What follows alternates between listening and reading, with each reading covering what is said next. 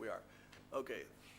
Welcome everybody to the Masterclass by Radu Jude, Directing Methods in Feature and Documentary Films, organized by Zagreb Film Festival and Restart documentary.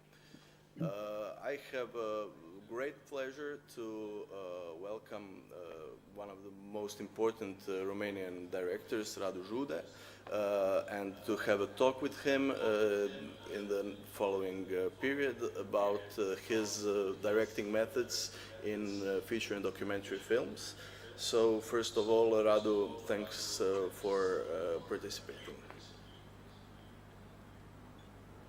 Thank you for the invitation. I'm grateful to this festival, first of all, which was very generous, more than I deserved towards the film I've done.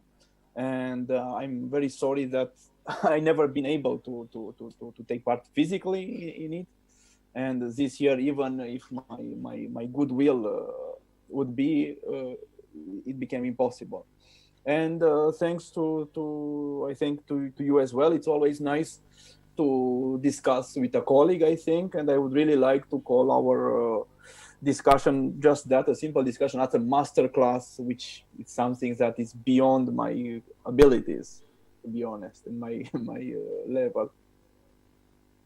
Okay, since we think that you are a master, I think you completely Okay. deserve this name of your class, master class.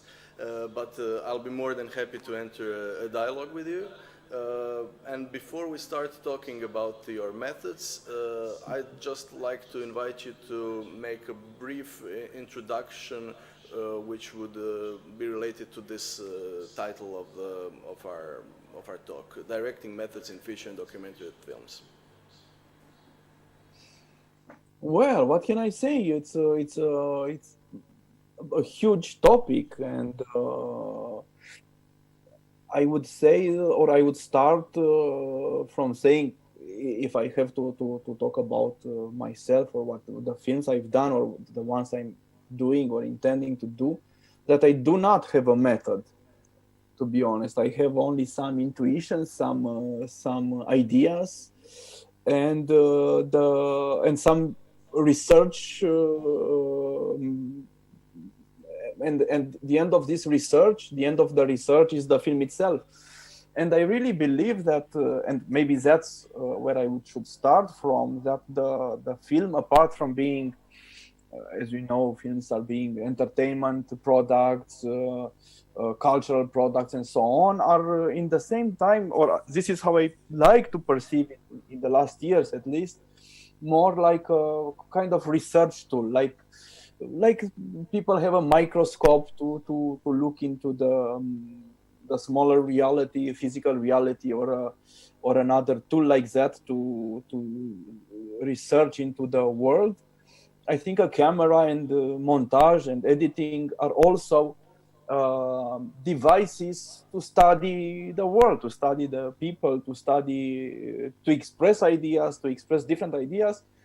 And the only method, I would say, but it's not a method, the only idea I'm asking all the time is, while making a film, what is the use to make a film? What cinema and the film, cinema language, cinema as a research tool, as I said before, what cinema can bring, and other things cannot bring. I don't know, history or literature or sociology.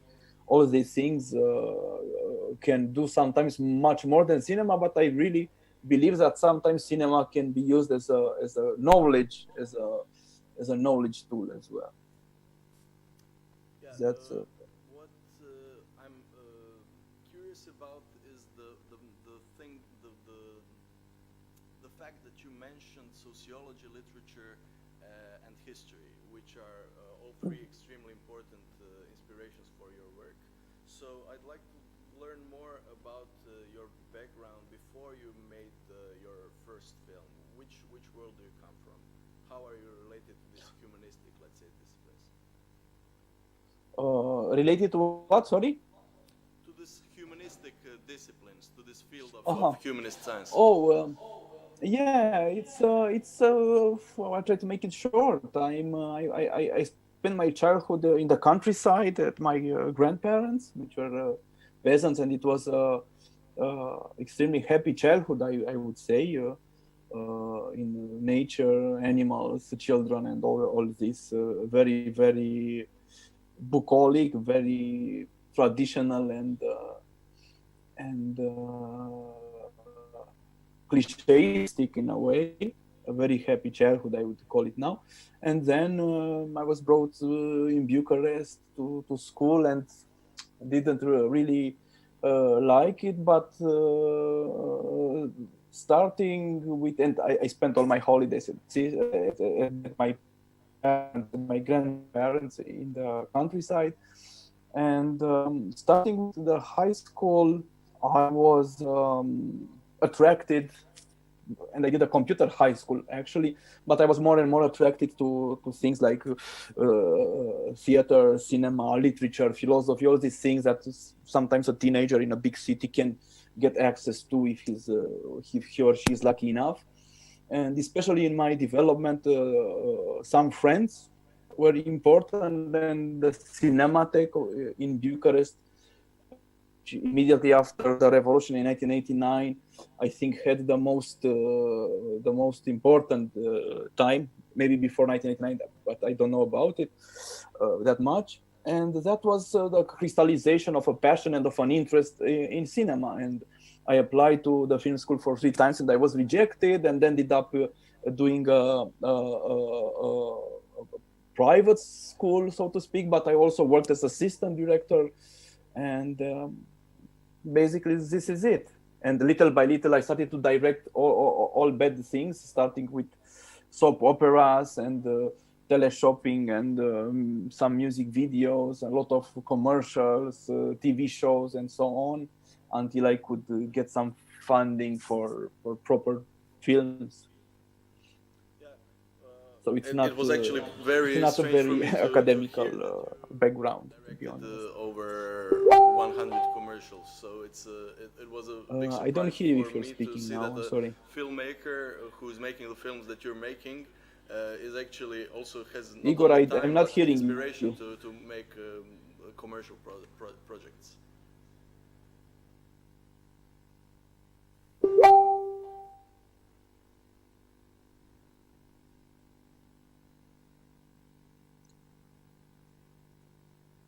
So, are you still there? I'm not hearing anything. Do you hear me now?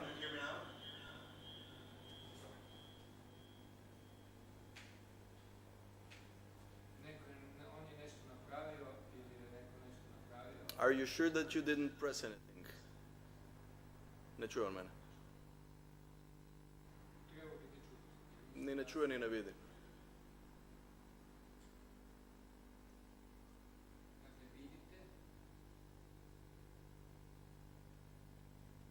Igor? Yes, do you hear me now?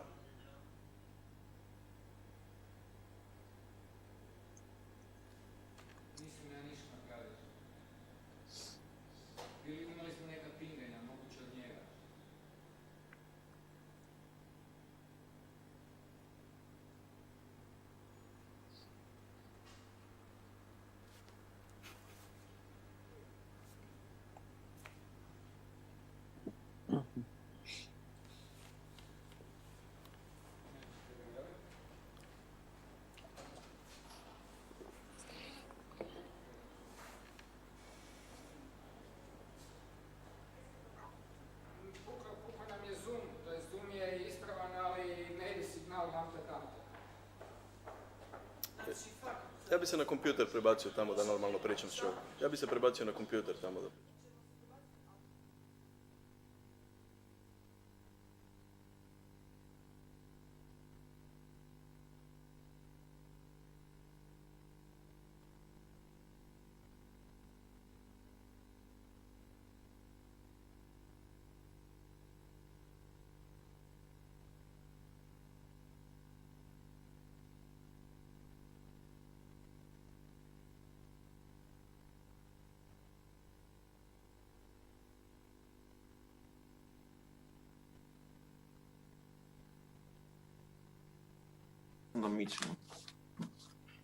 Now I hear you.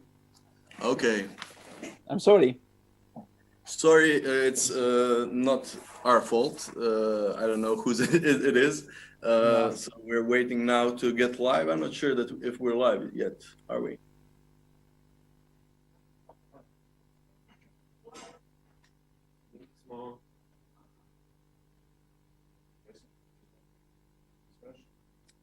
Do you see me now? Yes.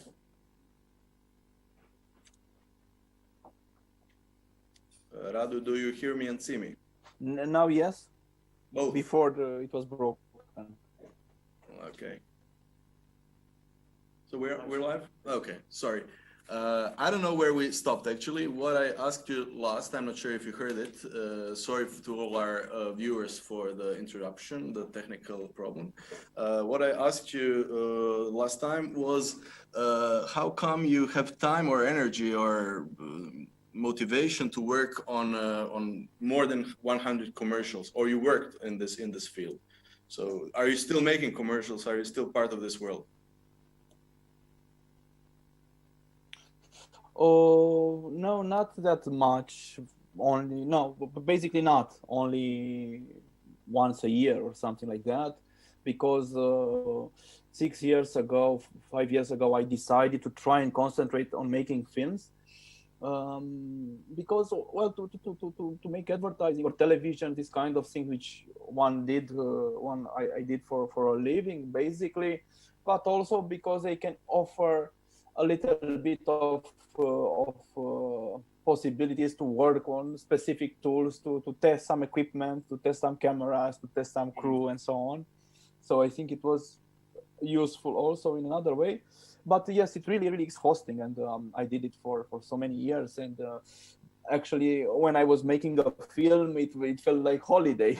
When making a film, it was really all of a sudden you didn't work for 16 hours a day, but much less. And so, but would you say that you really make this very clear distinction between the films that inspire you and the films that only make your living, in a way, that pay your bills? No, it depends how you see, how you look at things, because of course sometimes people say, look, I want to be recognized only for this. So of course, my belief is the other way around, that everything one makes represents him or her in the end. So I'm not saying this in order to get away from that, because I assume it completely. And but I make a distinction, yes, because to work in television or to work for advertising it is part of the job. It is part, or it is one way of making the job of a film director, of a filmmaker, but it's in a way which is, I think, exhausting and frustrating if you want to express or to explore some other kind of realities which are not tolerable in this world, so to speak. Was there a phase in your career, or a specific point in your career, in which you realized, okay, from now on I'm an author, I'm first of all an artist, and this commercial thing is something which is no longer as important maybe as my artistic world? Do you ever think about your work in that way? Well, yes, maybe the author is a word that has multiple meanings now, and it's a little bit tricky, because usually it might be used in a very narcissistical way, which I try to avoid. But yes, I want to make films in order to express or to explore some things which are not, and in a specific way. Which you could call auteur cinema if you want, and if there was and this was from the beginning the idea, I think. And if it was a moment, I think the moment came little by little with age, because at 28 or 27 you're young, and I don't know, I felt quite and it was a moment in Romania where you couldn't do films, or it was very difficult from a lot of reasons, for financial reasons, especially economical reasons, technological reasons. These small digital cameras were not available that much at that time, and for many other reasons. And I think so little by little I grew tired of that. And at some point, actually, I think it was a moment where I felt so miserable. I have a friend who's a theater director who actually plays in my films. His name is Alexandru Dabija. He played in Aferim, in Scarred Hearts, and in Barbarians. And he's a very prolific and important theater director. And I admire him very much as a theater director as well. At some point, I was speaking on the phone and I was going to film some, I don't remember what, extremely idiotical commercial for some, I don't remember, some pills against hemorrhoids or something like that. I don't remember. And I was speaking on the phone and he was just doing a Chekhov text in a theater in another city. And I said, oh my God, how great could be that someone can spend his life exploring a Chekhov text and not hemorrhoids commercial screenplay written by some aggressive and hipster guys in an advertising agency. So it wasn't a moment in itself. That page? Sorry? How old were you at that moment? I think I was around 34, okay. 35. So not so much ago, not so long ago. Well, I'm 43, so it's 8 years ago. I don't remember. Yeah. It's quite... No, okay. But the idea was, well, instead of spending so much energy and time in order to do something that I don't want to, why shouldn't I use all the time and all the energy and the talent that I have, maybe little, maybe I don't know, in order to do at least the films I want to do, and that's the idea. So okay. Far I've made it, but it's really difficult because you know yourself, I guess. Yeah. Okay. I'm finally feel a bit more relaxed now talking to you through this normal background and actually seeing and hearing you normally. So I have a feeling actually that now I'm you in my living room, not in front of those logos. For me, it's much easier to follow the flow. So once again, apologies to our audience about the technical difficulties and about waiting. But what we wanted to include in this talk of ours, and it took us some time to prepare it, is that we wanted to show you some clips from Radu's films. I'm sure many of you have already seen many of his films. And one particular film, which I actually aimed at while I was asking you the question about the turning point in your career, is the film The Tube with a Hat, your first show, which traveled really the whole world. And I thought that you'd reply that was the turning moment. So the interesting thing that it actually happened afterwards in your career. Yeah, much afterward. Yeah, so I want to suggest that we see a clip from The Tube with a Hat, a 2-minute clip, and that we start our analysis of your not method, but your style in that particular moment of your career. I suggest we see the clip. Okay, the clip is not ready yet, they say. So can you just make a brief introduction about the film? Did you expect the immense success that you had with the film? No.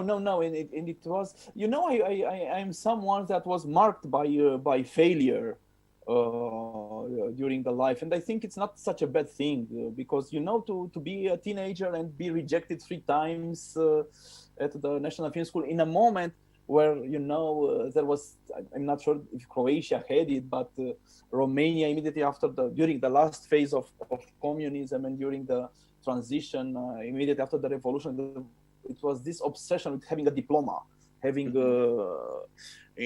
so you were treated like the worst loser on the earth.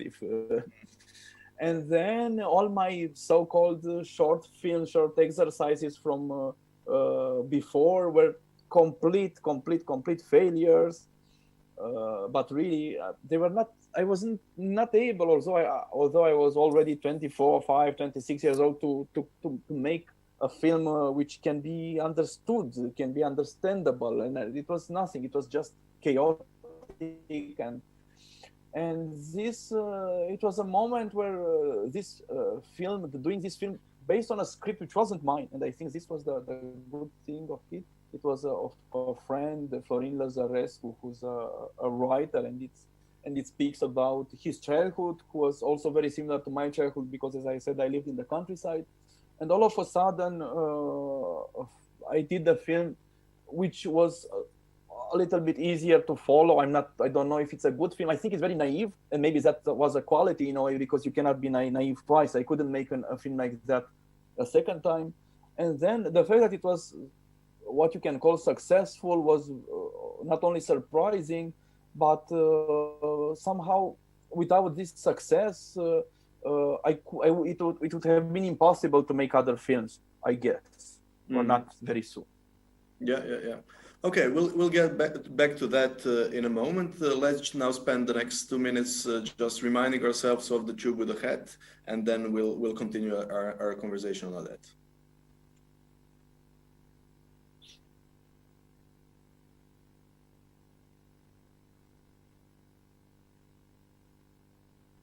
Acum ne rezolvă Bichescu. Ia, domn Bichescu!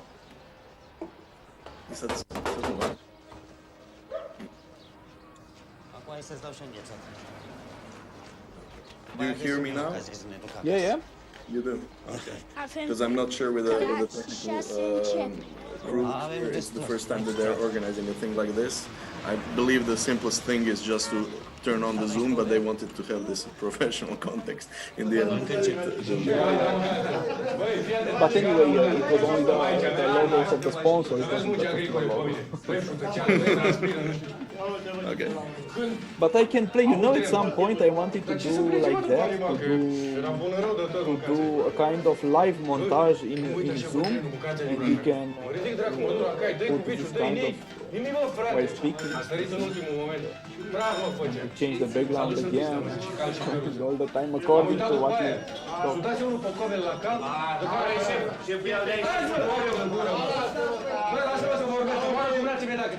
some point I did it like that. Știi dacă n-am fost atent? Ce să-ți fac eu, bre?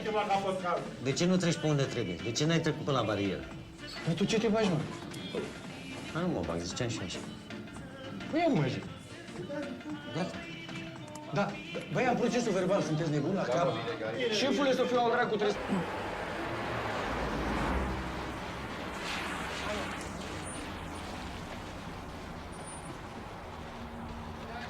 Where is this? There is a link on Facebook on that, or on YouTube, or where are you screening it? It's on Facebook, but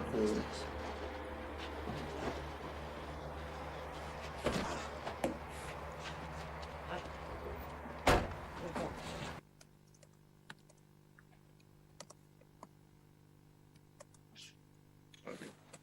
So we're back. I guess that the technician now informed us that while we are playing the video, actually they also were hearing us while we are talking. So if I understood well.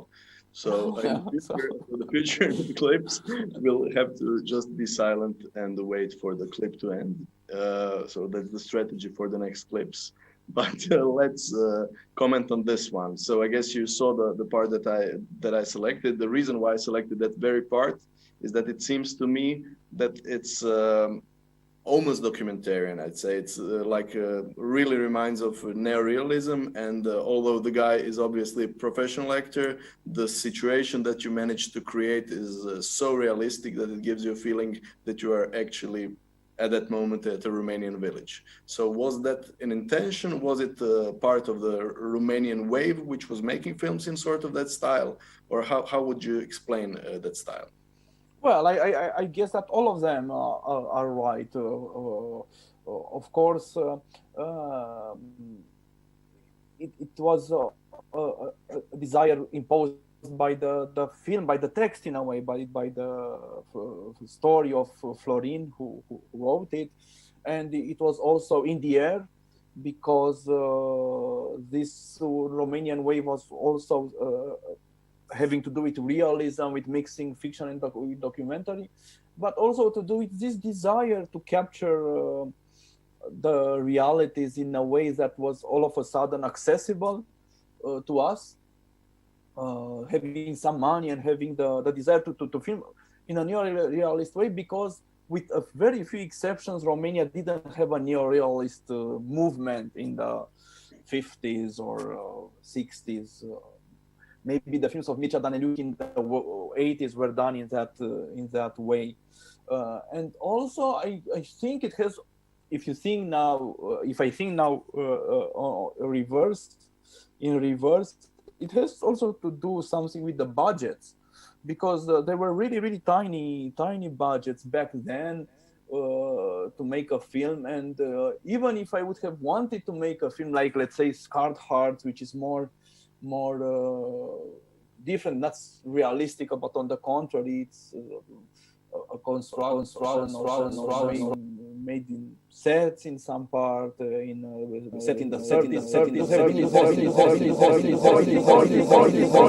are coming together. And as I said, a certain naivety, which I lost it immediately. It was really a naive film. Somebody at some point compared it, and it was, of course, a very reason of pride. The first short films of Abbas Kiarostami. And although I don't think it's that good, the comparison stands, because Kiarostami always had this mixture of realism, documentary view, but also very candid in a way, full of naivety for many films, actually, not for only one. After this film, I couldn't. I lost it completely. I would never be able to make a film like that anymore. Yeah, but what stayed, and I guess part of the Kiarostami parallel is the fact that you used a child actor, and what stayed in your films afterwards is using children as actors in many films.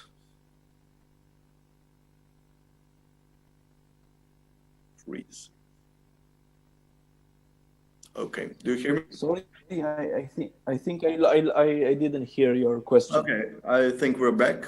So the fact that Kiarostami uses a lot of kids in his films is maybe the main parallel, and the reason why The Tube with the Head feels so Kiarostami-like. So what I commented is the fact that you really like working with child actors, if I understood well.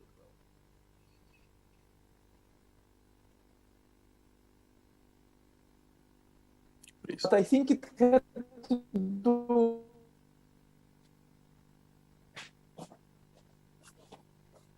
almost 16 years old now, so I was a father when I was 27. Personal problems like a divorce or something. I see. Speaking of kids, actually, and I think it was mostly because of that, not because I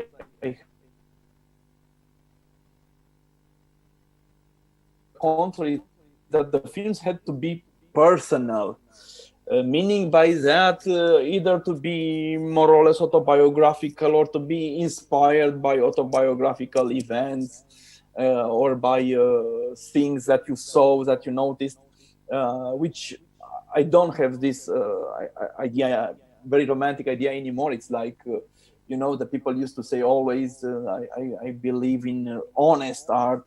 I made this film to be honest and to be, and I don't know, I read recently a very good argument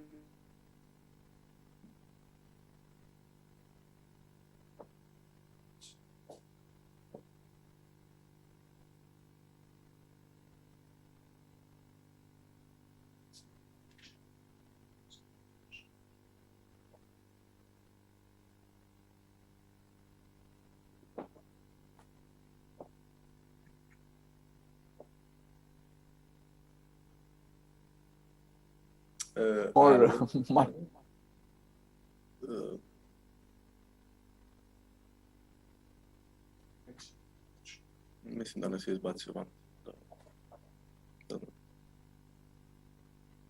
Okay. We're back. Do you hear me now, Radu?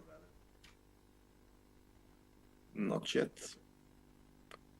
I'm not sure if our viewers are hearing me. In case you are, apologies for more technical difficulties.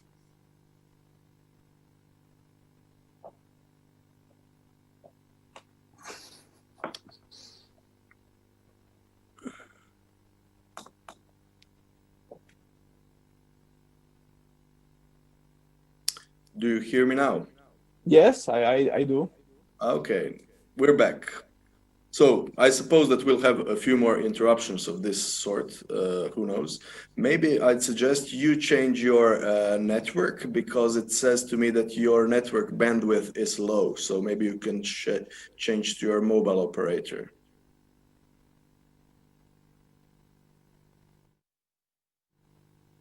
What about now? Now I hear you, but yeah. But it should be better. I changed the network. It? Okay, yeah. It should work fine, I suppose now. Okay. Okay. I'm not sure where you stopped. Can you just finish the final thought?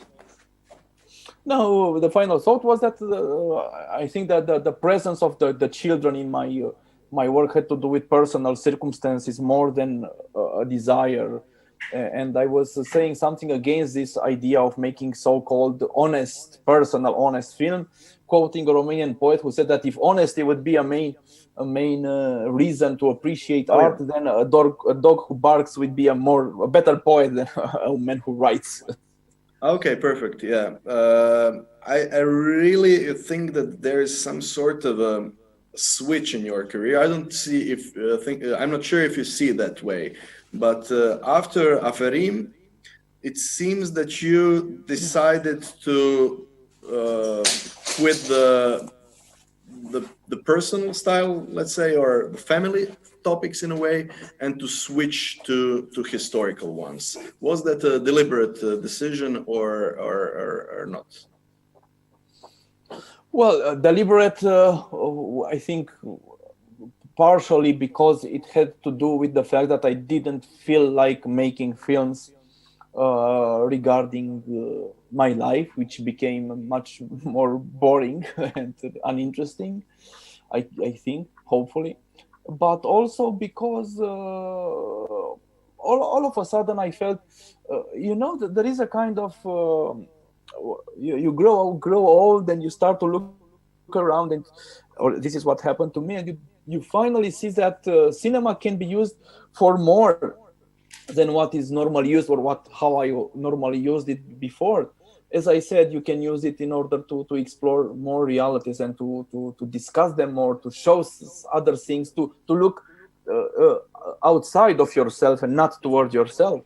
Not that to look toward yourself would be bad. I just think I had this urge to look more to other things, and things that were interesting to me as a person, as a citizen of Romania, so to speak, as a citizen of Europe, if I can phrase it like that.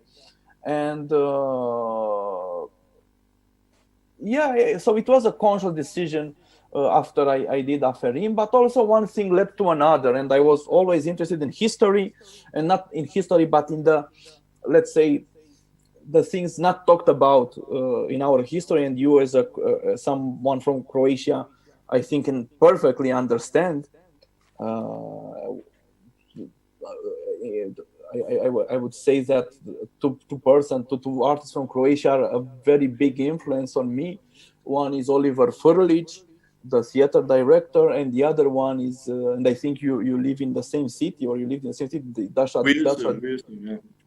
Dasha Drndic, the writer. I think I read all the translated books that she had. Wow. And I even had some correspondence with her. We exchanged a few messages, a few emails, until she sadly died. So we all know how big this pressure of history is on our shoulder after a while, and how sometimes the society is organizing itself using these historical narratives in a very toxic way or in a very dishonest way. So yeah, I felt, and because none of my colleagues, Romanian filmmakers, young, my age, older, none of them speaks about these realities or this. None of them has a political direction, so to speak. I decided to make them, because sometimes people ask me about, for instance, regarding the Barbarians, which is a film I've done which is about the involvement of Romania in the Holocaust. And I always answer, that if there would have been 100 Romanian films about Holocaust, I wouldn't have done it. But nobody did it. Yeah. So I said, okay, so I do it. Okay, I mean, regarding the historical topics in your film, I have a feeling that we could talk for at least an hour about it. But before we do, I think we should just for a moment remain in this field of your formative years. So speaking about these failures, I think it would be maybe unconventional to ask you, but I think it is important, especially because I suppose that there are a lot of aspiring filmmakers or young filmmakers who are here to learn from your experience. So would it be too private to ask you to tell us about these attempts before your first successful film that you would have had, these scripts or your films that you realized that weren't communicating to the people? Can you precisely remember what they were about? And can you maybe try to explain why you think that they didn't work? Oh, yeah, that's a little bit complicated question. I think the reason was the fact that all the impulses were not crystallized very well, and it was I was made up by very divergent directions. So on one hand was my experience as an assistant director, so I knew a little bit how to organize a shooting, and this so-called professionally. And that was one direction. The other direction was the fact that I was very inspired by films which were not which couldn't translate well. I mean, their method, their direction couldn't translate well in Romania. At some point I tried to do a film which was more, let's say, in the Jarmusch style, with his obsession for Elvis Presley and this kind of stuff, which I took it and unconsciously considered it a good topic to make a cool film, so to speak. And that was, and also I think, and now I'm teaching, I'm having classes in the Cluj University, and I always said that the students that my biggest mistake was to try to do too much, to try to do much more than is necessary, and then you have the powers to do. And that was really because of the film size. So I mean, I didn't have access back then. It was quite complicated in Romania to have access or to get, for instance, to Kiarostami short films, which I'm now showing to the students, and to say, look, you can just have a kid and a dog on an alley and make a film, and you don't need much more than that. Mm-hmm. And I remember I tried to make a film, a student film. I mean, we didn't even have money for that. And I spoke with all my friends to have a scene in a factory with 40 extras or something like that, which was enormously complicated to organize as a student, as a kind of somebody with no experience. And of course, it looked terrible, and it was nothing. So I guess that the biggest problem was that I tried to do too much. Mm-hmm. Too big, too much, too complicated, too complex. Okay. And it happens all the time when I send to the students which are now in their second year some short films just to see and to discuss them. And I sent them one of the films. I don't remember the title. It's some interviews with Vietnam soldiers. It's made during the Vietnam War. It's a classical film. I don't know. I think it's 15 minutes with My Lai veterans who took part in the massacre in My Lai. And one of the students said, look, I saw the film, but that film is nothing. It's just some interviews with some soldiers. And I can understand what he means, because you always expect a film to be something big, or this is how you start. I don't know, you want to do much more than necessary. Yeah. And I think that was my mistake. Okay, so I suppose that the reason why you decided to make your first feature film precisely on the filmmaking process, I'm speaking about The Happiest Girl in the World, is probably influenced by the fact that you did spend a lot of time on film sets, being an assistant or working on your previous projects. Well, yeah, it's true. It is of course true, and actually, the story that appears in that film was something that I took part in. I mean, the film is inspired by a case I was a witness to, by a situation like that. What's interesting is now that if I see it now, I see it more quite ideologically overt, and I wasn't seeing it back then. I was more interested in the so-called parents-children relationship, and the filmmaking of the commercial was only a background. Whereas now, if I look at that film again, which I didn't, I just have to pick something at some point for someone, and I look through it a little bit. It's what strikes me is the unconscious qualities. I consider them qualities that has, which is this depiction of, let's say, commercialized relationships between people, of this late capitalism in Eastern European form, this commodifying of everything, and of course that was the reason I was part in that world, and. Yes, I'm thinking also to make a kind of a sequel to another film regarding a shoot, but in a different form. Okay, but in a way, The Barbarians are sort of a sequel, I'd say, because it's also about the process of performing. Yeah, it's true. Okay. It's true in a way. Yeah. Let me just check with the technical crew if we can maybe watch the second clip. No, we can't. So we'll continue talking. The clip which I selected, we won't see it now, but I'll just ask you to refer to it. Is your the following feature film, Everybody in Our Family, which was also awarded here in Zagreb Film Festival. I'm sorry to hear that you didn't physically yet visit Zagreb. Hopefully you will in the following editions of the festival.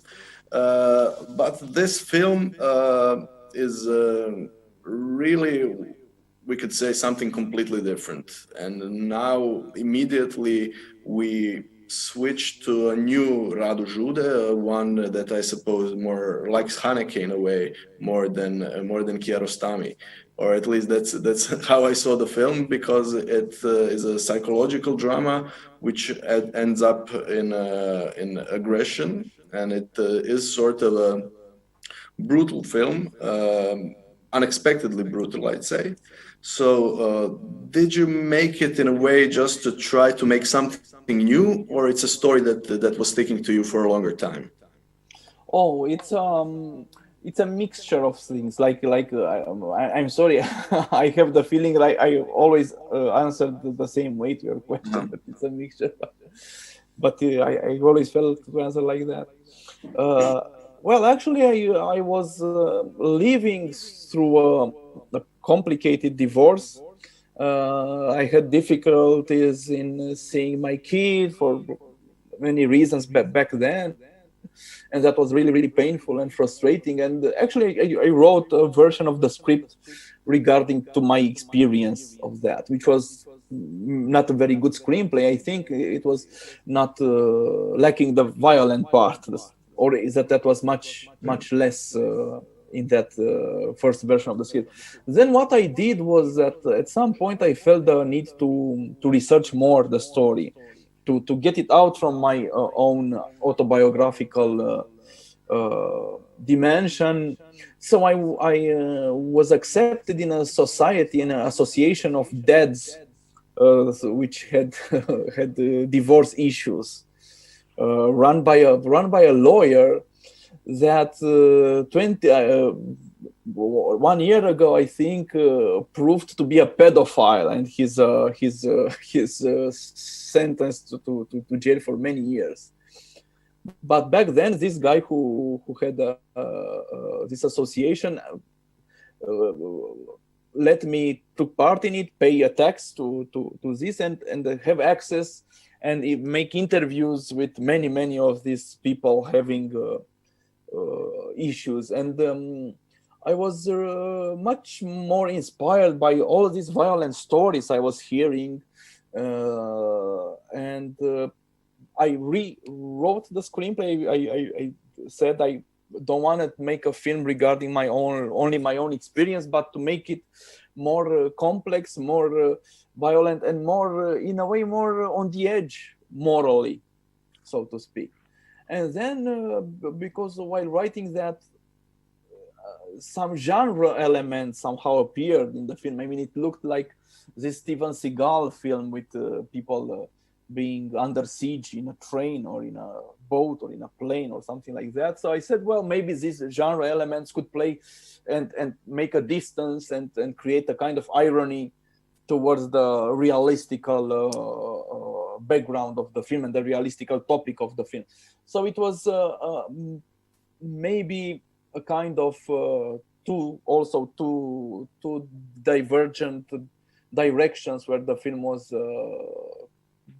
aiming to. One was towards realism and violence and psychological depiction of human interactions, and on the other side was genre and irony and this kind of thing. Mm-hmm. I remember that 2 years ago, Romanian lady wrote a critique against the film, saying it's a misogynistic film, and because she said that the viewers are all the time invited to empathize with the main character, who's a brutal man, and to treat the woman as being guilty. And while I see her point, I don't see the film not even now like that, and it never was built in this way. On the contrary, I really think that the main character is a troubled character, is a troubled person, is a stupid idiot in a way, as much as the other characters in the film, apart from the kid. And in a way, it's a film about a kid being caught together. And actually, I had after the screenplay was wrote like this, I rewrote it once with the kid being the main character, and then I switched back because it became too unilateral, too dramatical in a way. To you know, to follow all the time the kid getting into these fights, it would have been too much. I think too melodramatical in a way, too pushy in this direction.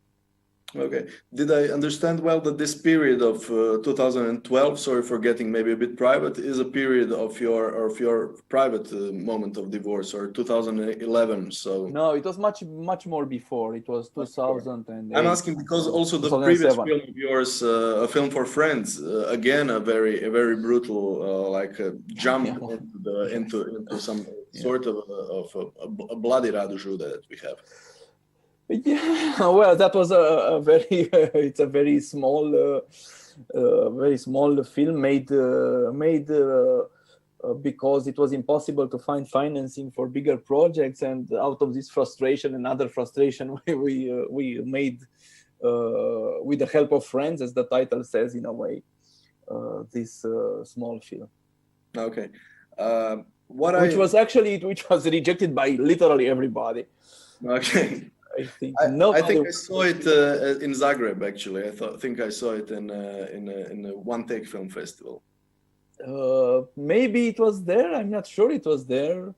No, I don't think it was. I don't remember. It could have been, and I think it was maybe one or two more smaller festivals, and that was it. No television took it, no commercial distribution took it, no festival took it, nobody. So okay, I think it's right. I mean, what I really appreciated about watching and rewatching your films is really the diversity of your style, and I have to say that I passed the previous few days just watching your films, and I'm sorry. surprising myself over and over again how different they are. So I was watching so many films of yours that for a moment a few days ago I heard some people speaking Albanian in the street, and I was sure that they were speaking Romanian in Croatia, although that's very uncommon. But I heard Romanian language everywhere around me. All in all, I have a feeling that you are portraying. I hope they pay you well for this ordeal. Yeah. They're actually. I'm surprised that I'm getting paid so well because I'm enjoying what I'm doing. So nice job that I have. So what I was surprised with, as I was saying, was the diversity that you are able to cover, and I had a feeling that you're actually like a person in charge of presenting your vision of Romanian society. So in a way, not only in the recent films through the historical research that you're doing, but in the previous films before Aferim, let's just stick to that period, just to present sort of a mentality of your nation. So would you say that your work is being influenced by your wish to portray society in a way? Well, in a way, yes. But as I said, I always all these are true, or even if they are not true as an intention, they are true as a byproduct, as a side product of that. And it always happens like that. I think cinema and the images and photography has this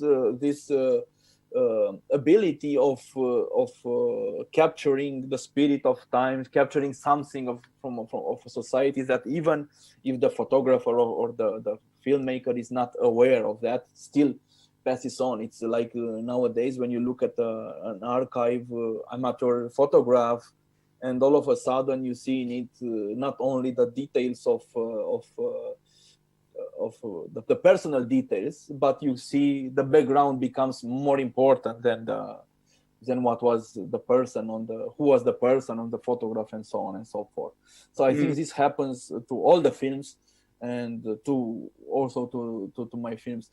But something is true, because as I said, I consciously or not, more and more, and I was more and more interested in depicting things around, things which you can see around you, not as sometimes people say, I wanted to express my vision. I don't have a vision, so I cannot express it.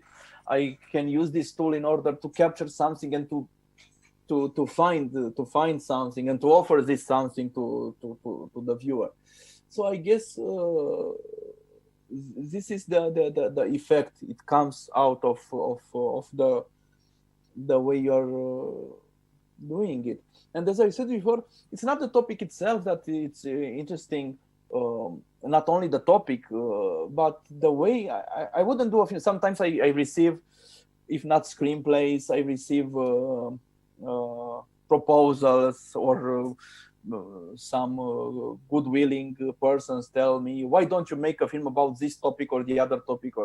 And I always say, look, all the topics are possible in cinema, but only if you have, I would be interested only if I find a form for them, only if I find a way to express them, or to research them, or to work with them using cinema. And there are hundreds of things I would be interested in, and I wouldn't be able to make a film about them because I don't know how to do it. Which form? I mean, I completely get you as a filmmaker. The things that you are saying are totally resonating with me in a way, and it was so relieving to hear that you are in the first part of our talk when you said that you're not aiming to express some sort of intimacy or your autobiographical life. At the same vision now, saying that you don't actually have a vision, but you are trying to find a film form. That is something which is, I think, very characteristic of your work, because it's literally like I think I've seen 18 films of yours, and each one is trying to find a form which is adaptable to a specific topic. What I'd like to suggest now is to slowly start shifting to the historical part of the talk, which starts with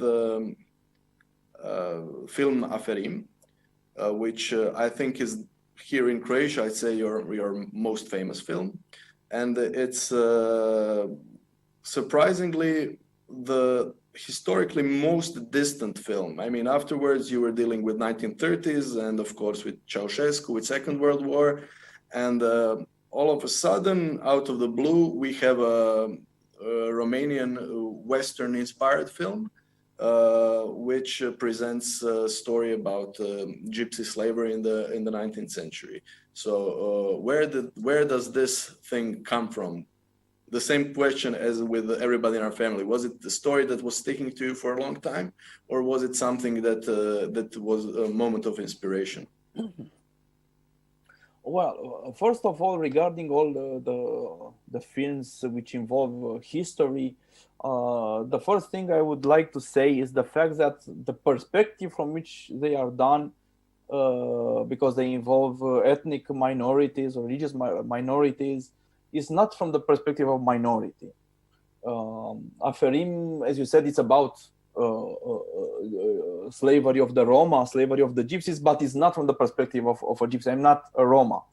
The films about Holocaust or regarding the 30s and regarding the extermination of the Jews are not made from the perspective of a Jew, because despite my name, which in Germany has a Jewish resonance, I'm not Jewish, and I made the film from the perspective of Romania. I think here,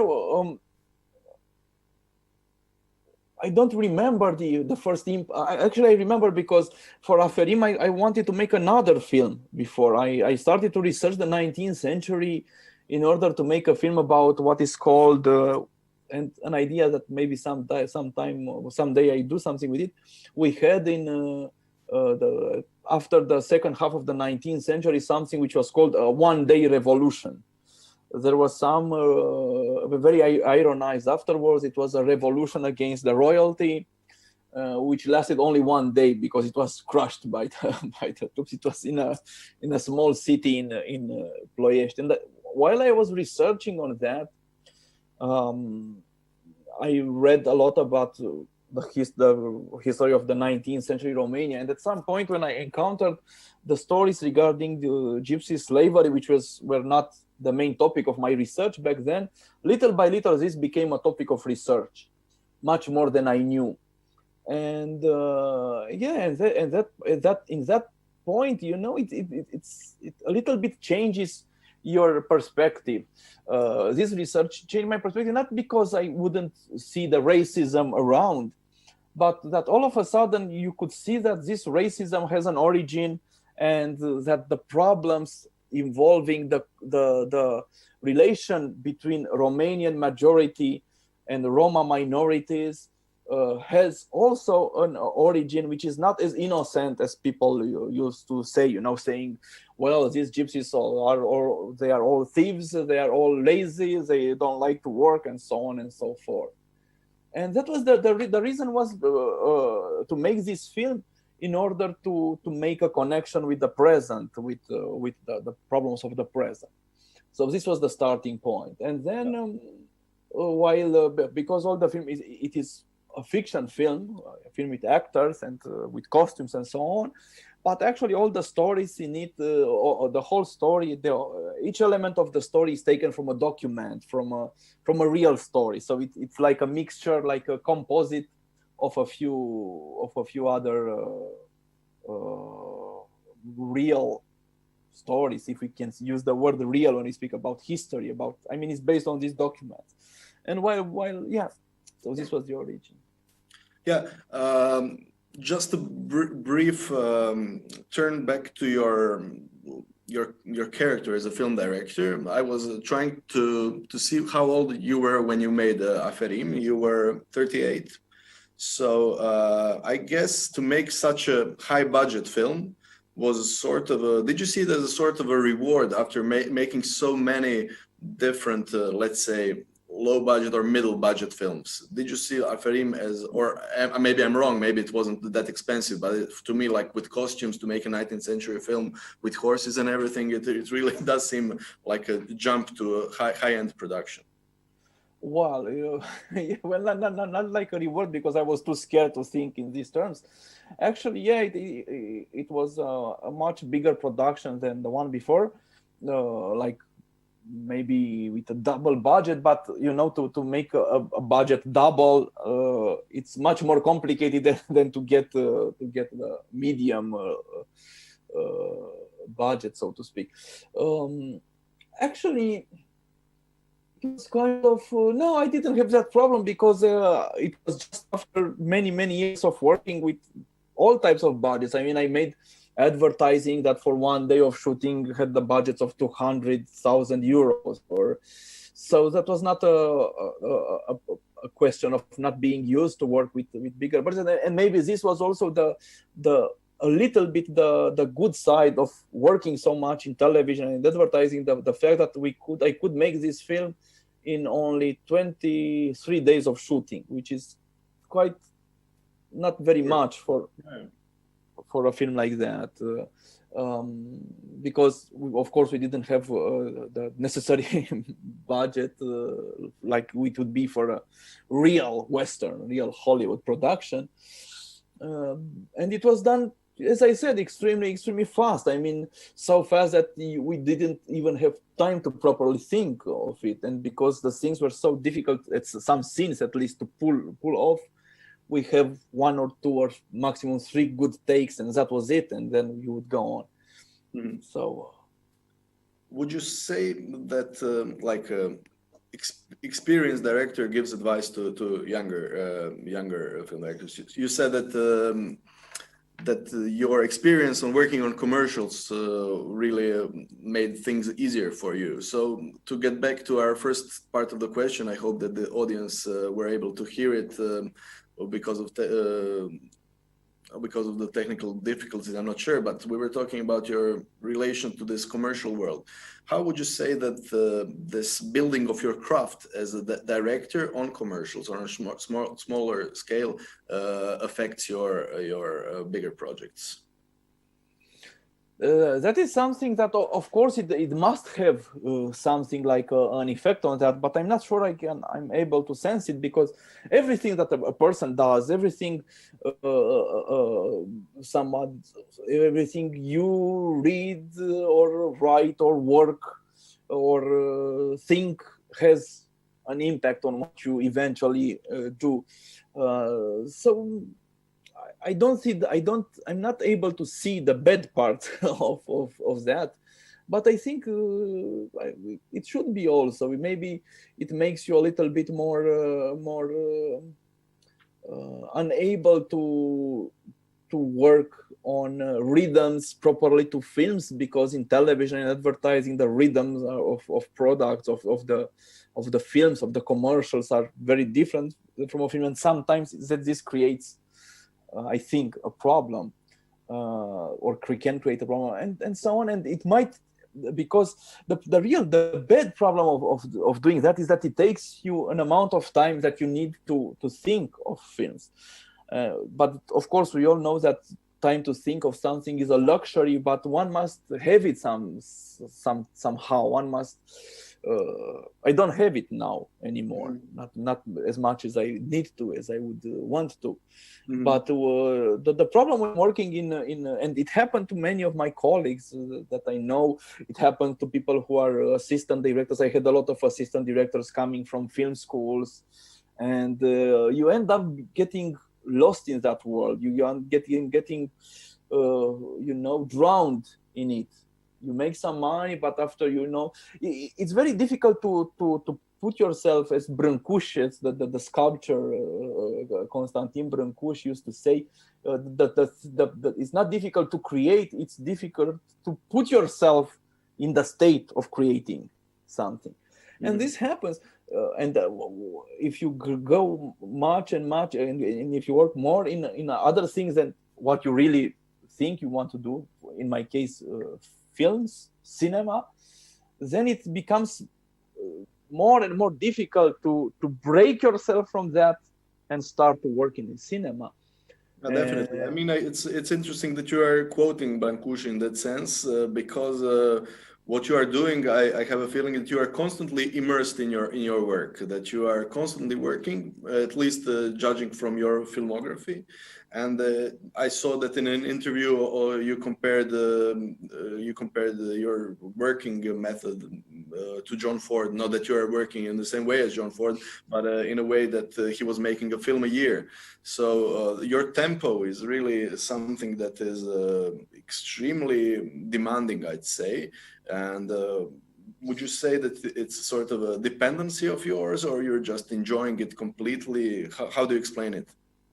Well, first of all, it wasn't like that from the beginning. I mean, when I was still working for TV or commercials, I was doing a film every 3 years, a feature films. And then I started to make more because also I could finance them a little bit together with my producer, with Ada Solomon and other co-producers. By the way, for the last film, I'm very grateful to Croatia to have Ankica Juric-Tilic as a co-producer for my new film.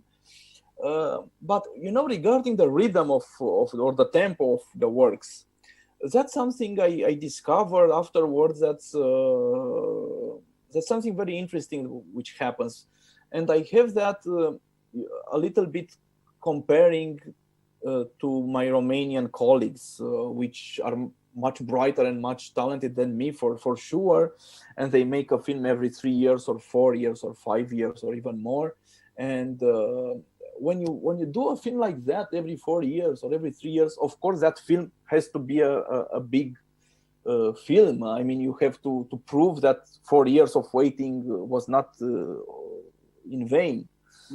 But I like very much the painter Paul Klee. And Klee, at some point, I read about him a lot, and at some point he was painting like 10 or 5 or 6 paintings a day. And he was all the time making at least 1 painting a day, and in the last years of his life even more. And he even had this idea from Pliniu, nulla dia sine linea, something like that. Now, not a single day without painting a little bit. And this is not only I think an obsession or a dependency, as you say. I'm not dependent on filmmaking at all. But the fact that at a certain speed, you can make a certain type of films. If you change the speed, if you slow it down, or if you speed it up, you cannot make the same films. I mean, a film like, I don't know, let's say my montage film like The Dead Nation, you wouldn't spend 5 years to make a film like that. Of course, or uppercase print, you wouldn't stay 4 years to make that film. So these films, if I would make a film every 5 years, would be lost. We will not get made, and they would not get made because of the rhythm of work. So in my case, I just have the feeling that because I want some films to exist, even if maybe they are not as successful as they could be if you would do a film every 4 or 5 years, but they exist only because of this rhythm, of this tempo. Yeah. That's what I believe. The specific thing about the speed of filmmaking is, of course, the difference between fiction and documentary, and that's why actually we have this title of the masterclass, the methods of fiction and documentary. So as a documentarian, I can say that I'm very happy that you really confidently entered this documentary world and made several really interesting documentaries. And I'm not sure if the thing is in Romania, if it's the same as in Croatia, but here documentary is often seen as something that you make cheaply and fastly before you enter the world of the big boys, the fiction world. So would you say that this prejudice, let's say, exists also in Romania, or do you see it maybe also as this? Because it is surprising. Are you a real documentarian? Fiction? Because you yourself made fiction films, so yeah, right? Somehow. Well, look, yeah, of course, there is, or there was, or there still is a prejudice against documentaries, which are not even seen as films, but not even in not only in Romania or in Croatia. I think it's all over. You know, I read and I kept that a few years ago when Loznica's film, Sergei Loznica's film was in Cannes. It was a fiction film, and they said Loznica's last 3 films were always premiered in Cannes, and they listed the 3 films, and the documentaries were not listed into that. It was, and that was Variety, right? It was the magazine Variety, and yes, I think there is still this prejudice. And I think I had it, or not had it, but the training for documentary, or the idea regarding documentaries came in my life a little bit late. And I even claim that I don't really do documentaries, meaning by that to film somebody, to film, a proper documentary like a Frederick Weissman film, or I don't know. I'm not able to do a film like that. I would love to. It's for me the most one of the best. It's like getting to all that long time discussion with Lumiere direction and Méliès direction. One is documentary direction, one is fiction direction, which maybe has a part of truth, but doesn't mean necessarily that things should be so separated. But I think one has a certain type of qualities and not other types. And I'm kind of I'm not good at convincing people or talking to them, and I wouldn't know how to make a proper documentary, so to speak. And I'm always envious on the people who do it. Yeah. And I'd call your documentaries more like conceptual documentaries. Maybe it's not an official term to name your work, or I'm not sure if it exists in film theory, but I think that they are based on a certain concept, which is also narrative, which is also very political, which is also very emotional, but it is in a way a concept. Yes, you could say that, you could use that, because as I said, I'm interested in ideas, not in themselves, but in how can cinema can be used in order to explore some ideas. But to finish the answer to your question, to your previous question, there is a very, very successful Romanian documentary this year called Acasă, My Home, which is sorry? I haven't seen it yet. You haven't seen? Yeah, it was the kind of documentary about some poor family living in a natural delta created at the edge of Bucharest a few years ago. And the film was awarded in Sundance, and it was awarded, and it traveled everywhere, and it's now in the European Film Academy final selection.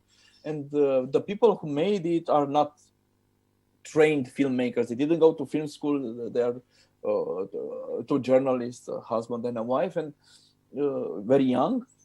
And I really think that it's how should I say it? It's completely.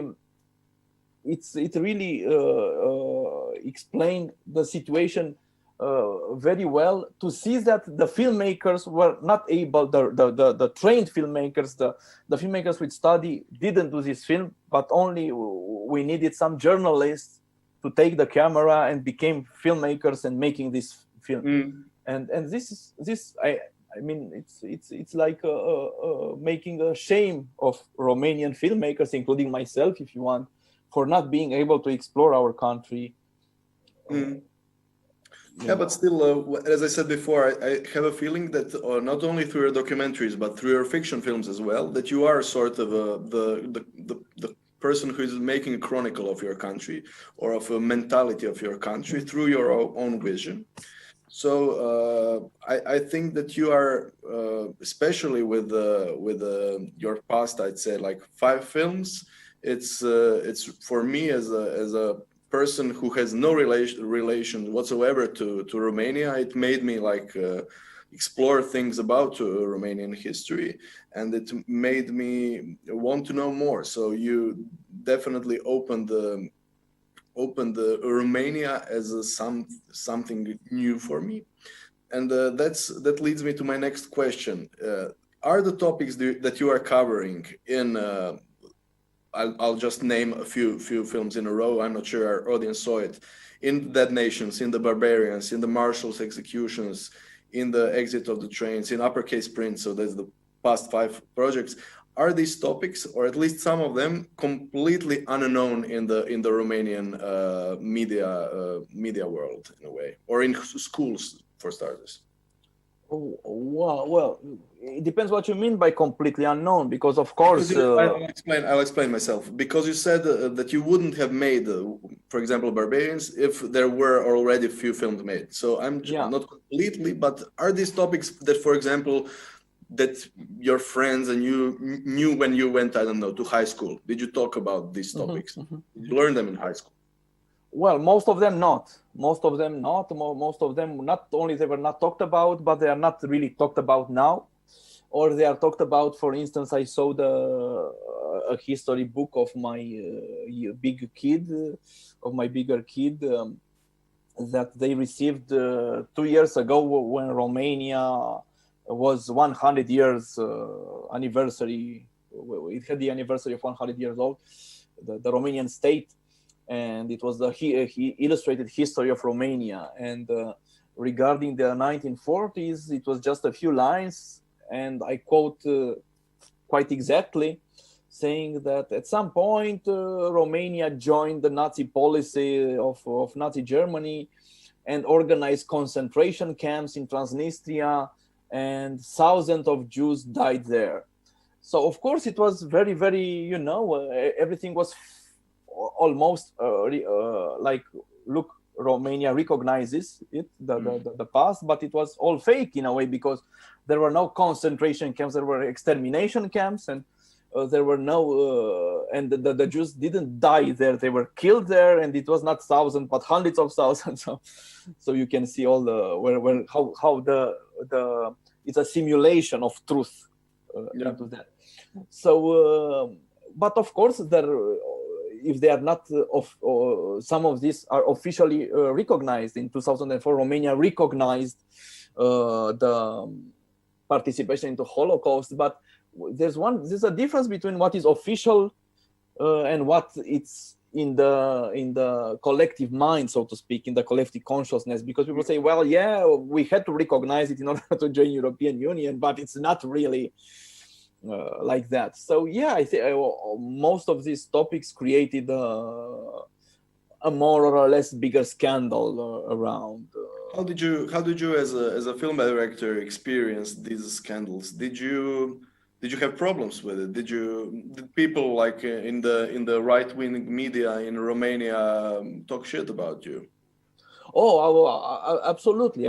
And but since it happened already with Aferim, actually it happens only if the films have a more or less are internationally successful, because this is how people find out. And with Aferim, some accusations were quite huge, starting with the ideas saying, well, if the film was successful, it's because it fits the agenda of Soros and of the enemies of Romania. Not only Soros is a very popular word in Croatia as well. Yeah, I can imagine. And well, yes, there were, and for Barbarians and for the Dead Nation, there were also some anti-Semitical attacks, completely, as I said, stupidly directed, because I'm not Jewish, but there were articles in the right-wing press or right-wing politicians writing, this guy must go back to Israel or where he came from, but I have only a Romanian citizenship, I cannot go back home, there's no back home for me.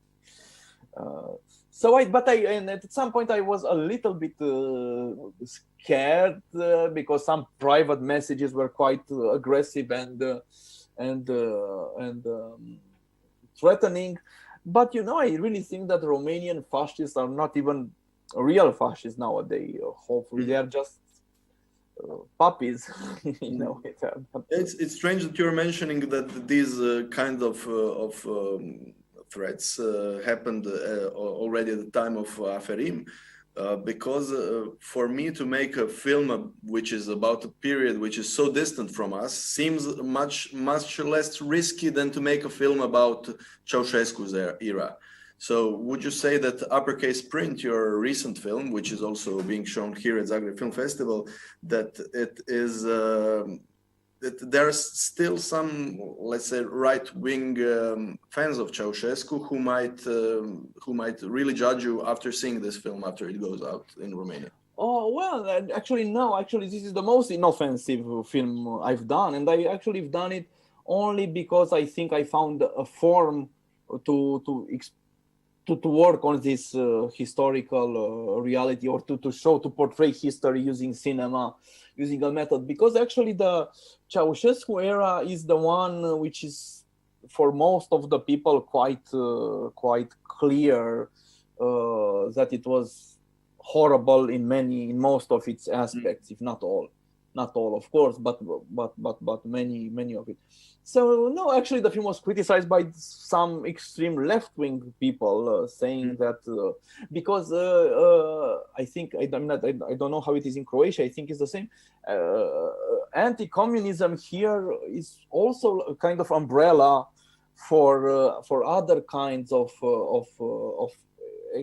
extremist attitudes, starting with neoliberal things into the economy, and with extreme right wing in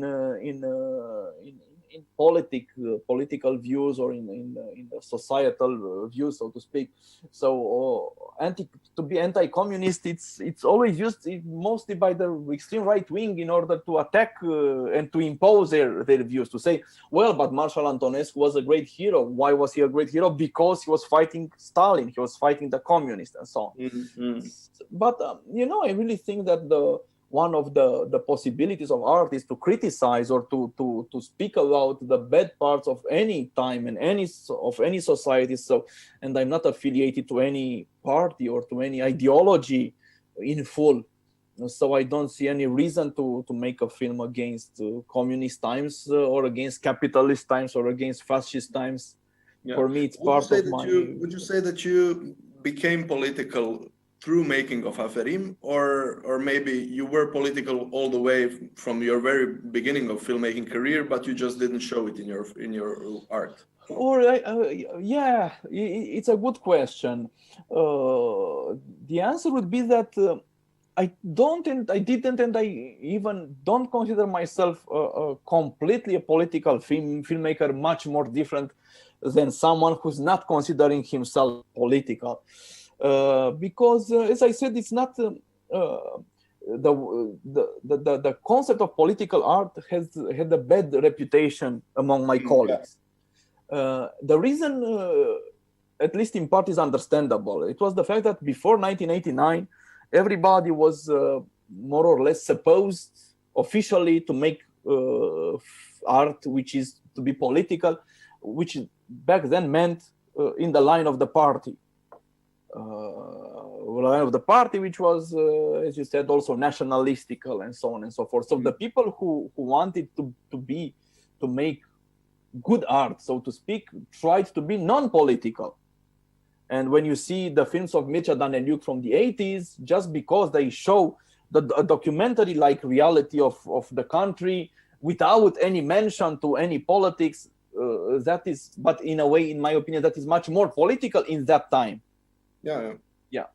But after the revolution, this trend went on, and I think in Romanian films, and this all pure, the theories of pure aesthetical truth, or how should I call it, a metaphysical view of things, imposed itself. So none of the filmmakers, the prominent filmmakers in Romania, or most of them, do not consider themselves political, and actually they more or less, even some older critics and some younger critics or filmmakers consider me not very good, because they say, well, but it's nothing in his film, he's not a good filmmaker, he's a propagandist. Yeah, just politics. What? Just politics. Yeah, this is not.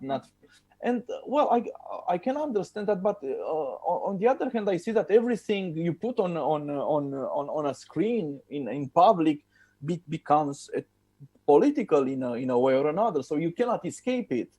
to be honest. You cannot escape to be political. Of course, if there's a political consensus, then you can make a film about a love story between a man and a woman, and nobody sees it political. But if you make a story about a love story about a man and another man, then it becomes political, even if you only want to make a love story, right?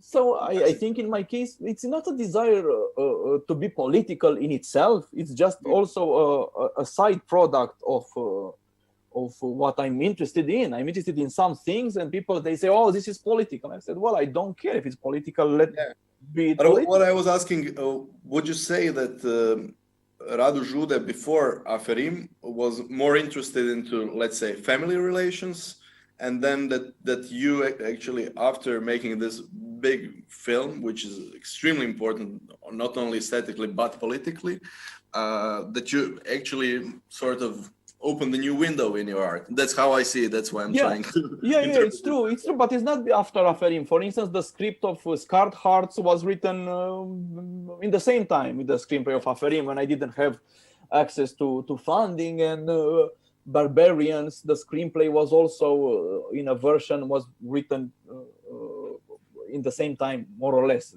as a synopsis, so to speak. So I think the desire was the fact, as I said before, not to turn the camera, metaphorically speaking, towards myself and towards my, world, personal experiences to explore, but to turn it outside of myself. Outside meaning in a book, in the reality outside, in the historical realities, in the political spectrum, and so on and so forth. So I'd like not to be to disappear from my films in a way. I don't want to be I think this is Jean-Marie Straub at some point said, "I'm not making personal films. What is this bullshit? This is romantic 19th century. I don't care about being personal." And I think he's right. I don't want to be personal as well. Yeah. And how I discovered that? For example, sorry for interrupting you. Yeah. But when you make a film like your new film, for example, Uppercase Print, it's obviously non-personal. And when you make a film called Everybody in Our Family, while you are experiencing it, it's obviously extremely personal. Absolutely. So I would say that there is this shift from personal or intimate art and shifting to this this person who is looking at the society in a different way. I just wanted to comment that also in your previous film, it is a sort of a picture of Romanian society, but just with different methods, different forms. Yes, that's correct, I think. But also, I discovered this change, speaking with a little bit with a Romanian critic at some point, with Andrei Gorzo, and then reflecting by myself that for many, many, many years, my favorite filmmaker was, and it still is one of my favorite filmmakers, Yasujiro Ozu, the Japanese filmmaker who made films about families, very, very delicate films, very poetical somehow, very everyday life stories in his film, stories of the everyday. And it's marvelous. It's a wonderful film. And at some point, I think 1 year ago or something like that, I saw again his last film, which is called, I don't remember the name, An Afternoon, Sunday Afternoon, something like that, late afternoon, I don't remember now. And it used to be one of my favorite films, and it has a scene in it where some old people go to a bar and discuss the, good old times that passed. It's a very metaphysical and poetical feel to that scene. But all of a sudden, seeing it again, An Autumn Afternoon, that's the title of the film. Seeing it again, all of a sudden, I had some distance on it because they were mentioning the war at some point. And I said, oh my God, but what? I mean, Japan in the 60s, and they refer to the war. What was that war? I mean, they were on the war against China, killing people in Nanking or in the Philippines war, and this kind of stuff. So how can I become moved by a scene where some old fascists are speaking about their old times? They were good old times from the imperial time. So all of a sudden I said, look, I really admire Ozu a lot. I always admire Ozu, still admire him, but I really don't want to make this kind of films. I prefer Oshima, for instance, whom for many times I couldn't really grasp very well, and now I'm a big fan of the film of Nagisa Oshima, and I understand very much that the late 50s and in the 60s he always criticized Mizoguchi or Ozu or for saying, look, but this is and I really, I think in a way he was right. I mean, when you see Ozu's films, look, it's very conservative about family being something important, and never you don't see a minority in an Ozu film. It's all Japanese. It's all there's no Korean immigration. I found about the Korean minority and the problems from Oshima's films, not from Ozu's films. No. Extremely interesting. I have a bunch more of questions. We have 10 more minutes because we decided that the masterclass will last for 2 hours. And we really covered a bunch of topics. I wanted to talk to you about this distinction of your short and long films. We covered that, but your difference between fiction and documentary, we covered that as well, especially about the differences between the present and the past of films. We really covered a bunch of topics, but since we had this mess in the beginning with technical issues, I forgot to remind our audience that they can also type questions, and I arranged with the organizers that they'll send me messages on WhatsApp to type me the questions of our audience.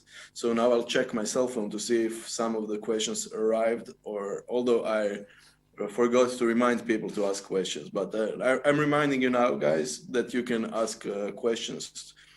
We have 10 minutes, I guess we'll be able to take 2 or 3 questions, I hope. While we are waiting for them, I just wanted to say that I saw your film, The Marshals 2 Executions, a few days ago for the first time, and I have to say it's my favorite film of yours. It's a 10-minute long film, a very simple one. Film which consists only of 2 archive materials. One is an archival footage of the shooting of General Ion Antonescu, and then you find a film from 1994, a Romanian one, which recreated the scene found in the archives. So such a nice concept, such a simple idea. I hope that the Croatian audience will be able to see the film soon somewhere. But I wondered, where did you find this fiction film? I'm wondering because I was so sorry that I didn't think of this idea, but I guess that's what makes you Radu Jude. But you can take it if you don't worry. I don't because there's a bunch of Croatian films from 1990s, which are revisionist films, which are nationalistic films made with a very simplistic manner, talking about the war, talking about the past times with such a romantic way. So how did this idea cross your mind to take a film which is probably, I guess, well known in Romania, the fiction one, and to reuse it and reinterpret it? And did you have some reactions to that film? Well, I tell you immediately that the thing with that film is that I also think it's very good, and I don't use this word towards my film often because I'm not sure about if they are good or not, but in this case I really think it's good because of the concept and because of the materials themselves. The reception of that film was also very, very, very bad.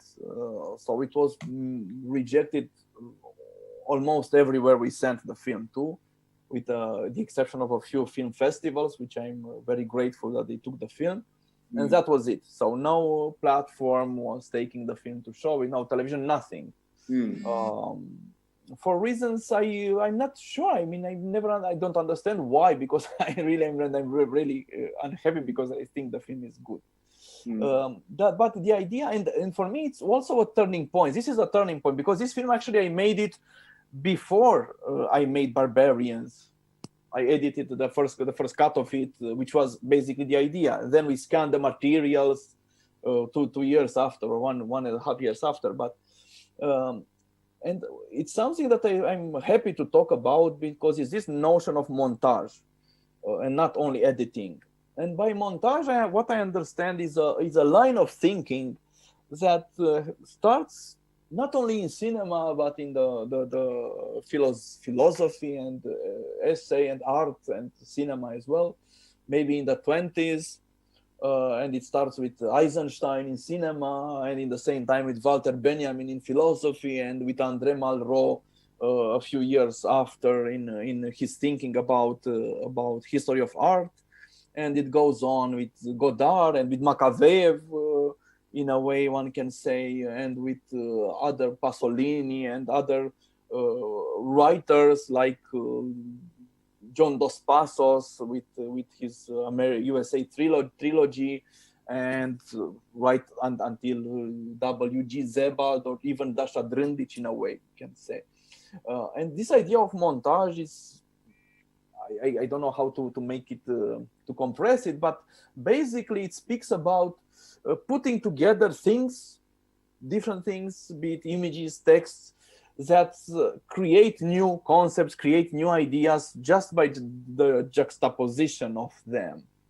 Eisenstein theorized it in the 20s.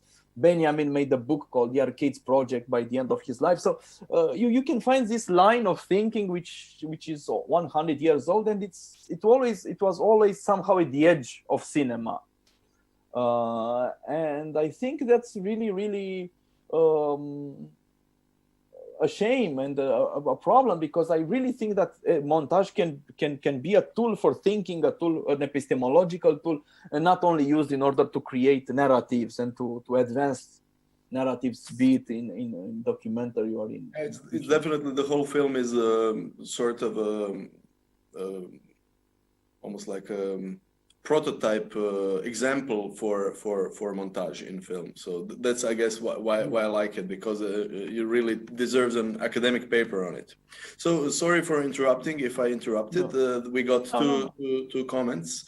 One is by Oliver, the co-founder of Restart, who organized this masterclass, who just sent me a text message which says the Marshall's 2 Executions is playing in Doku Kino in 5 minutes. So thank you. Actually plays here. We were talking about it, but while we are talking, so not maybe the best timing to run to the cinema now. But I'm sure that there'll be more opportunities to see it now that we said that it's so good. The other question indicates that there, as I supposed, a lot of young filmmakers with us, because the question is very, very simple. One advice for future filmmakers.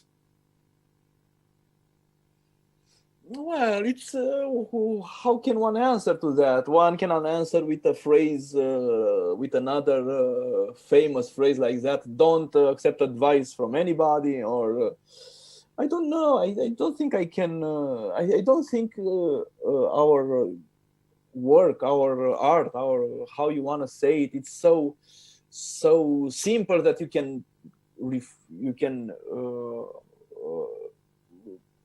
put it in the boxes of do this and don't do that, because if you do this, it's going to be good, and if you don't do that, it's going to be bad, and something like that. So I really think it's this desire, which I have myself, to find a solution, to find a way of, give me an advice. How should I do that? And then everything will open up. I think it's very charming and very human, but I think it's all wrong. I don't think it's fortunately, in a way. Fortunately, we are making a work, a job, how you call it, an art that doesn't have, cannot get into these boxes of good advices and bad advices. So any advice I would give you now to anybody, like work more or rest more, or do many films or do few films, or read books or don't read books, or watch a lot of films or don't watch a lot of films. They are all. Don't give people advice. Don't read books. I mean, nobody would do that. Yes, but all these things would be possible Okay, but however, I have to remind you that you did give I think, very nice piece of advice earlier in our talk when you said that you told your students in Cluj that they are trying to make films that are too complicated. And yes, that maybe keep it's the thing simple. Maybe we can just remind people about that piece of advice, which I think is but this could be also framed very badly, because what does it mean to be simple, and maybe sometimes it's not necessary to be simple. So I don't know. Yeah, don't make complicated thing, and if one starts, for instance, I have a student that sent me a screenplay which is very good actually. It's with a family having a dialogue, and all this. It's a very interesting and rich story, but all expressed through dialogues. And this student was saying, "Well, but it's nothing. I mean, I want to make it more. I want maybe this is not a good." I said, "Look, but it's enormously complicated to have 3 actors to play well, to have them in a space that speaks something, to make a mise-en-scène, to film them in a good way." To have a timing of this conversation, to have some costumes, to have some light, which to fit this story, or to enrich this story, to have sound, to have music, to have all these elements is enormously complicated, I think, if you really think of that. So yeah, I think it's one can start. I mean, if I would be a student now, I think I would know how to be a good to make good student films.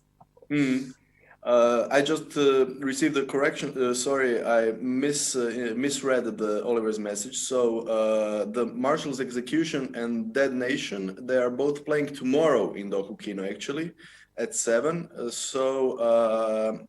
Tomorrow at 7, Doku Kino, for the viewers in Zagreb, can watch the two Marshal's Executions, a short film by Radu, and The Dead Nation, his film from 2017, which we didn't talk about so much, but we sort of mentioned it on the way. I'll just extend a few minutes, Radu. Sorry for keeping you. No, it's okay. Yeah. We started late anyway. We started a bit late, not by your fault, but sorry about that once more, and especially to our audience. This moment of reading, it's not something that I'd like to stick to by chance, but there is a great YouTube clip, I'm sure you've seen it, in which they ask Werner Herzog to give advice about to future filmmakers, and then Herzog says, read,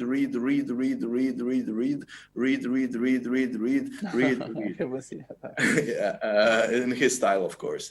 And then read. Yeah, with that accent. And then when you were talking about how you know Oliver Frljić's work, or you've read the translations by Daša Drndić, the famous Croatian Rijeka-based writer, it's really like indicating that you are reading a lot. And Slavenka Drakulić, I read Slavenka Drakulić as well, and Dubravka Ugrešić. Okay, female authors are the best. Great. Wow, yeah. Yeah. And maybe some others, I don't remember. Perfect. Sorry? Yeah, and especially in your, I don't care if we go down in history as barbarians films, we see a bunch of intellectual references in a way. So can you maybe, as one of the concluding questions, tell us what does reading mean to you? And do you find inspiration more in reading or more in films? For me, reading is very, very important. But you know, you mentioned the word intellectual, and it's of course something that film people want to stay away from. Almost like it would be a shame to say, and good filmmakers always or sometimes say, well, I'm not an intellectual, I'm an artist, I'm a filmmaker. I mean, if you read the interviews of a great, enormous filmmaker like Howard Hawks, he always said, I'm not an intellectual. So, look, I really see it in this way. Maybe some people are very intelligent and they can make sense of the world using their intelligence. I'm not very intelligent. And all part of the way I see the world comes from my self-education, so to speak, from the films I saw, from the books I read, the music, I don't know, all these things.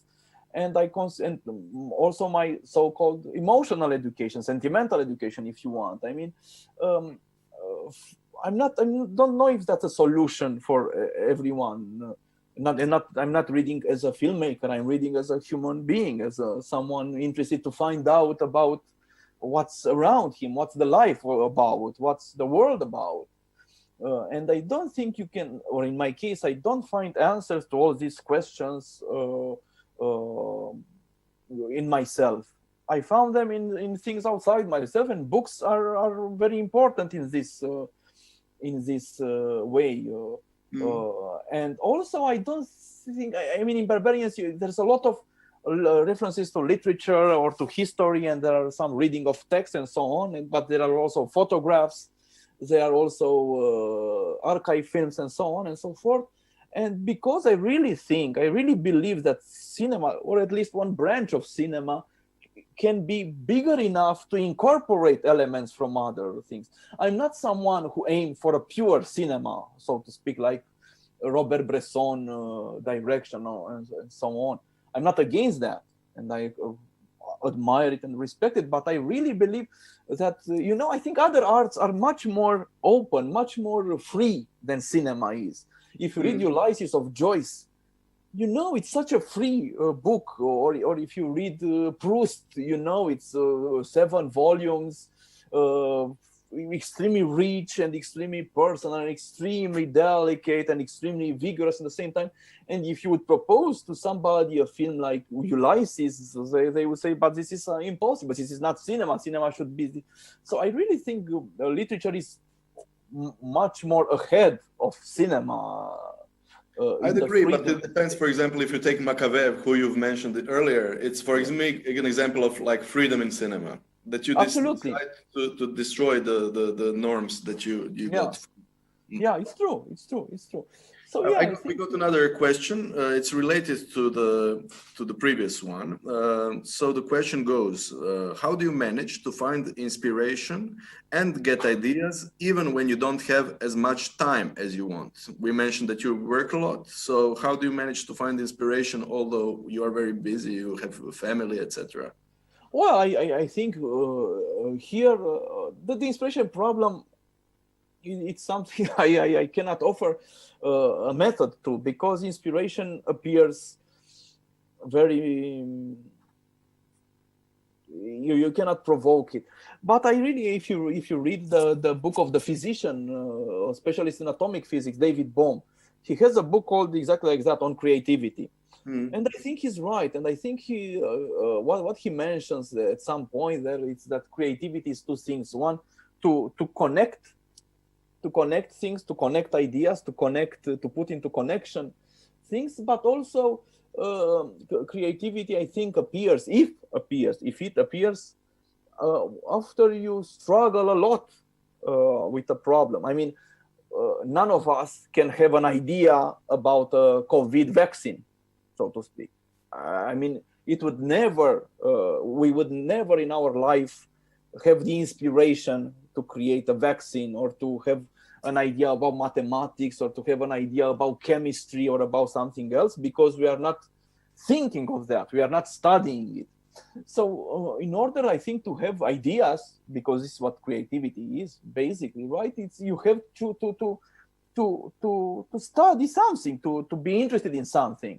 If you don't, you'll never get it. I also have this problem with some of my students saying, look, that they were supposed to write a short film screenplays, and many of them said, but we don't have any idea, And of course you don't have an idea, because the idea doesn't normally come just like that. It comes only if you struggle to find it. Yeah. And I'm struggling. I mean, I'm constantly researching some things. Sometimes I have an idea which doesn't get to anything. So, and even if I have not that much time as I wish to, I'm doing that all the time in a way.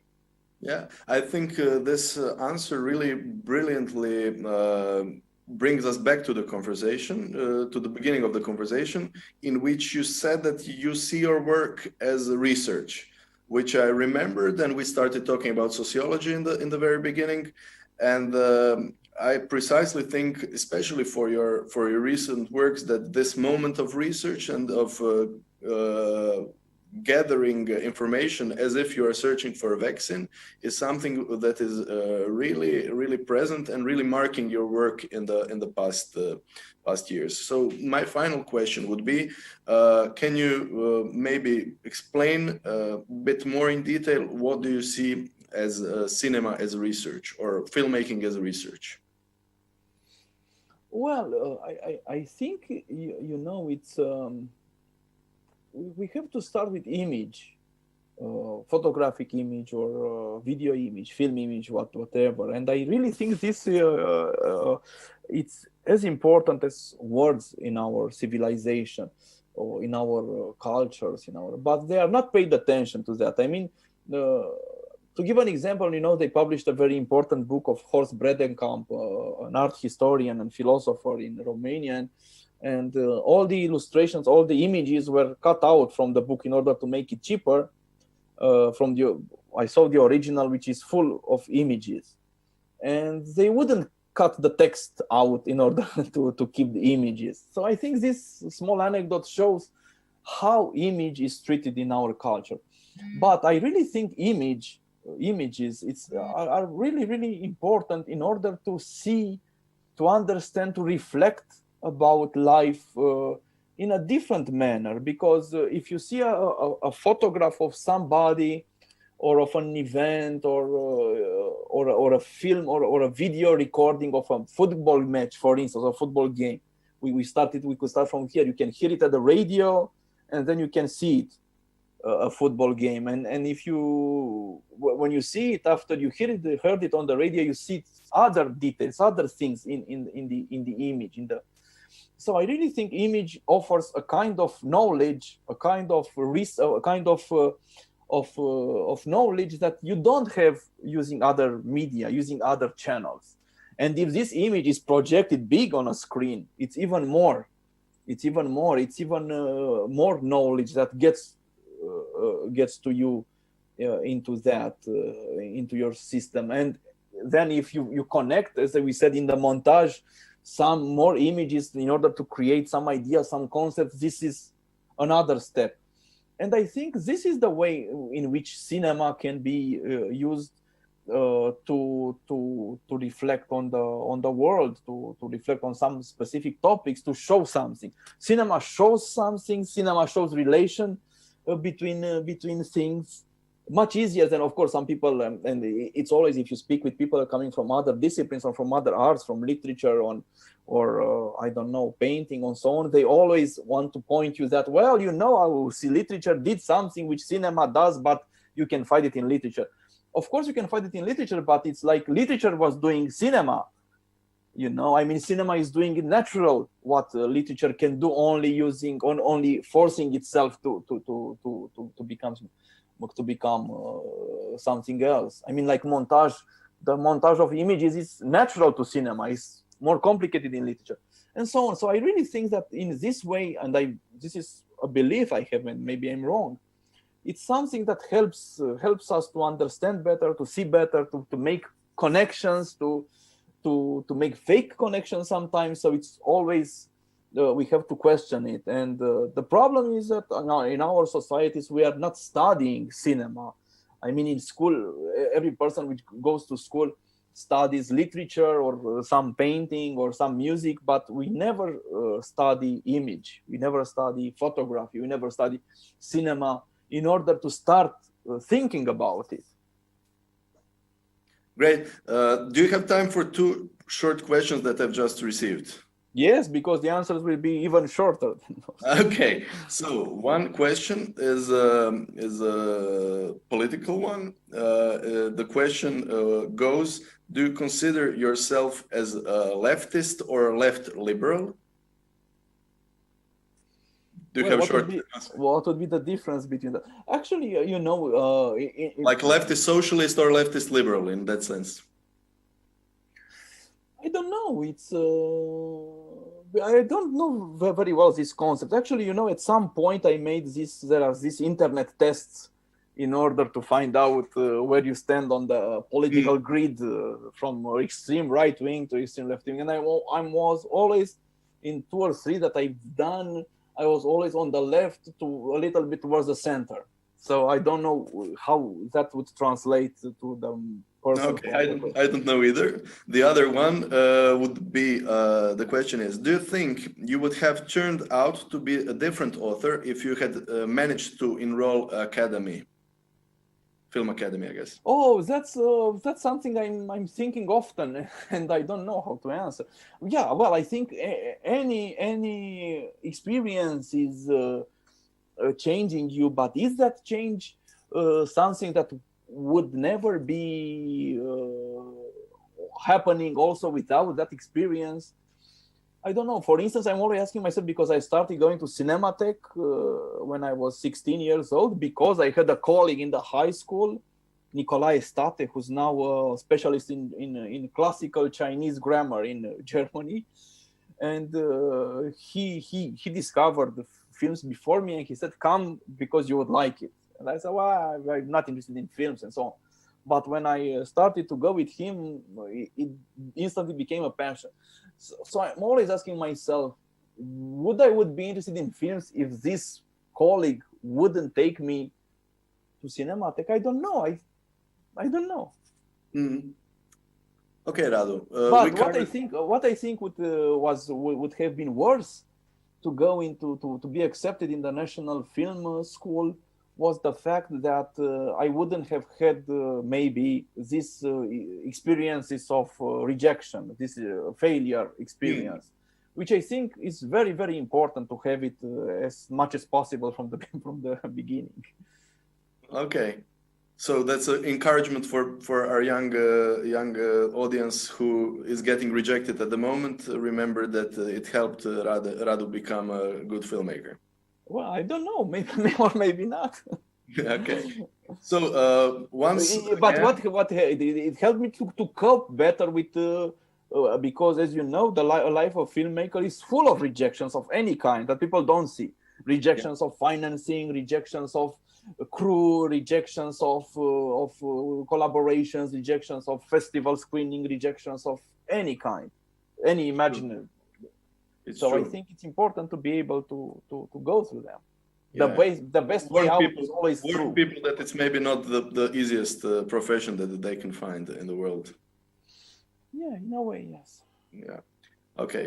Apologies once more to our audience, first of all, who had to wait for 15 or 20 minutes because of technical difficulties. I think that we had a very nice chat, or at least I did. I learned a lot from you.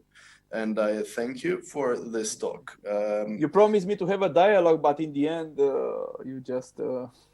Yeah, maybe next time. Next time, a dialogue live, hopefully, in Zagreb. So the floor is yours for the final word. Drinking rakia and... Yeah. Well, for the final word, to whom? To our audience. No, I don't. I'm not good at that. Nothing. Do whatever you want. I don't know. Read Dasha Drndić.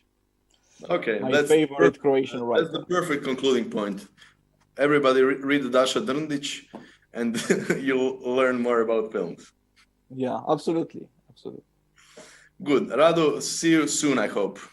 I hope as well. Bye-bye. Bye. Bye.